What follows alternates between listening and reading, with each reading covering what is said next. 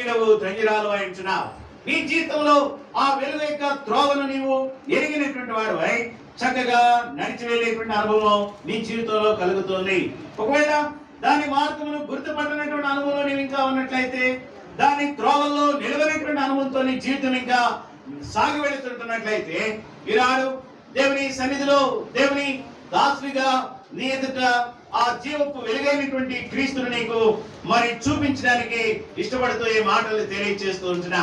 దేవుడు ఆ విధంగా ఆ జీవపు వెలుగైనటువంటి క్రీస్తు ద్వారా నిన్ను వెలిగించాలని ఆశ కలిగినటువంటి వాడిగా ఉంటున్నాడు. ఎక్కడైనా వెలుగు మీద తిరుగుబాటు చేస్తున్నావా? ఆలోచన చేసుకో. ఆయన వెలుగైనాడు. ఆయన మీద తిరుగుబాటు చేసేటువంటి అనుభవం ఎక్కడైనా నీ జీవితంలో ఉందా? ఆ ప్రేమ గల దేవుడు నిన్ను ప్రేమిస్తూ ఉంటున్నాడు. నేను లోకమునకు వెలుగును అని ఆయన చెప్తున్నాడు. అంతేకాదు నేను జీవపు వెలుగై ఉన్నాను అని మాట్లాడుతుంటున్నాడు. నీ జీవితంలో ఆ జీవపు వెలుగును నీవు అనుభవించలేనిటువంటి వాడు అయితే, ఒకవేళ దాని మీద ఇంక నువ్వు తిరగబడుతుంటున్నట్లయితే, అనగా నాకు వెలుగొద్దు, నేను చీకట్లోనే ఉంటాను అని చెప్పుకునేటువంటి అనుభవాలు ఎక్కడైనా నీ జీవితాన్ని ఏర్పడి చేస్తున్నట్లయితే, ఈ రాత్రి ప్రభు నీతో మాట్లాడుతున్నాడు.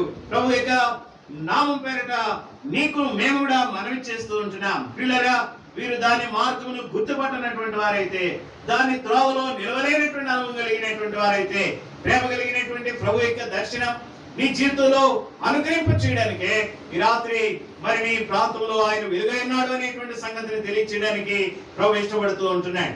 మరి ఆయన యొక్క వెలుగు, దాని యొక్క అనుభవం ఎక్కడ ఉంది, దాని యొక్క స్థితిగతులు ఏ విధంగా ఉన్నాయి అనేది భక్తులు జ్ఞాపకం చేసుకుంటూ వచ్చినటువంటి వారుగా ఉంటున్నారు.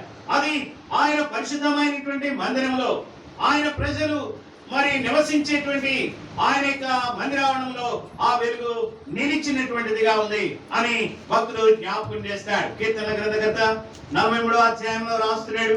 కీర్తన గ్రంథం 43వ అధ్యాయము 3వ వచనంలో చదువుతున్నాం. కీర్తన 43:3. నీ వెలుగును నీ సత్యమును బయలుదేరు చేయము. నీ వెలుగును నీ సత్యమును బయలుదేరు చేయము. అవి నాకు త్రోవ చూపును. అవి నాకు త్రోవ చూపును. అవి నీ పరిశుద్ధ స్థల పర్వతములకును నీ నివాస స్థలమునకును నన్ను తోడుకొని వచ్చును. అవి నీ పరిశుద్ధ పర్వతమునకును నీ నివాస స్థలమునకును నన్ను తోడుకొని వచ్చును. భక్తుడు ఇక్కడ మరి దేవుని బ్రతిమలాడుకుంటూ ఉన్నాడు. ఇంకా ఎక్కడైనా వెలుగును త్రోసివేసేటువంటి అనుభవంలో ఉన్నావా? వెలుగును అనుభవించలేనిటువంటి స్థితిలో ఉన్నావా? చీకటిలోనే నీ జీవితం సాగి వెళుతూ ఉంటుందా?